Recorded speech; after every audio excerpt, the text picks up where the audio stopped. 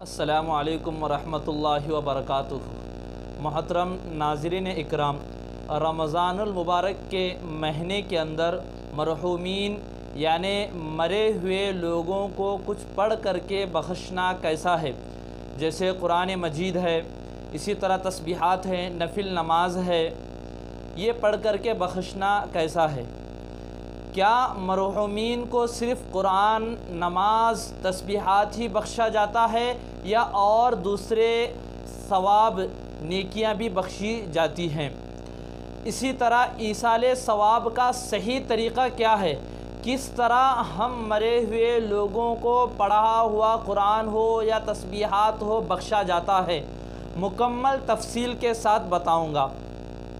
سب سے پہلے محترم ناظرین اکرام، یہ رمضان المبارک کا مہینہ جس کی فضیلت یہ ہے کہ اگر ہم اس مہینے کے اندر کوئی نفل نماز یا نفل عبادت بھی کرتے ہیں تو اللہ رب العزت اس کا درجہ فرض کے برابر دے دیتے ہیں۔ تو اس سے بات پتہ چلتی ہے کہ ہم لوگوں کو چاہیے کہ مرحومین کے لیے زیادہ سے زیادہ قرآن ہو یا تسبیحات ہو یا دوسری عبادات ہو اس مہینے کے اندر پڑھ کر کے بخشنا چاہیے۔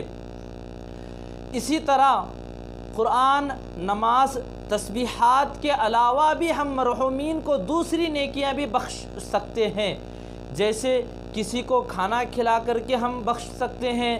اسی طرح راستے سے اگر کوئی تکلیف دہ چیز پڑی ہوئی ہے اس کو ہٹا کر کے بھی ہم وہ ثواب ہم اپنے مرے ہوئے لوگوں کو، مرحومین کو پہنچا سکتے ہیں۔ اسی طرح ایصال ثواب کا صحیح طریقہ کیا ہے؟ یعنی کس طرح جو ہے ہم اپنے مرے ہوئے لوگوں کو ثواب پہنچا سکتے ہیں؟ تو یہاں پر تفصیل ہے۔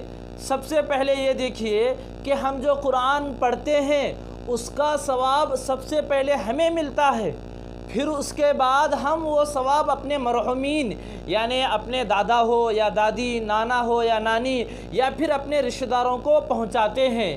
یعنی دو ثواب، ایک تو جو ہم پڑھتے ہیں وہ ثواب ہمیں ملے گا ہی ملے گا، پھر اس کے علاوہ وہ جو ہم ایصال پہنچا رہے ہیں، ثواب پہنچا رہے ہیں، مرحومین کو بھی وہ ثواب ملے گا۔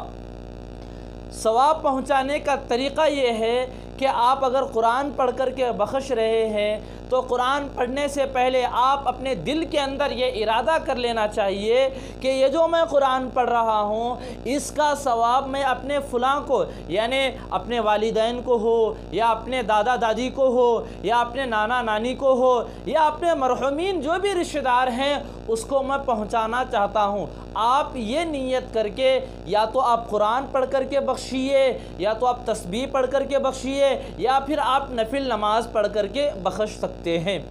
یا آپ نے نیت نہیں کی، قرآن پڑھا، تسبیح پڑھی اور نفل نماز پڑھے تو اس کے بعد آپ پھر بھی بخش سکتے ہیں۔ وہ طریقہ یہ ہوگا کہ جب آپ قرآن مکمل کریں تو آپ جو ہے دعا کے اندر آپ اپنے مرحومین کا نام لے کر کے بھی آپ ایصال پہنچا سکتے ہیں۔ آپ جو ہے جو بھی آپ نے ثواب کمایا ہے وہ پہنچا سکتے ہیں۔ ناظرین اکرام، یہ ایصال ثواب کا ایک طریقہ تھا جس کو سمجھنا بہت ہی اہم اور ضروری تھا۔ اللہ سے دعا کرتا ہوں کہ اللہ رب العزت ہم تمام کو صحیح مسئلہ سمجھنے کی توفیق عطا فرمائے۔ وما علینا الا البلاغ۔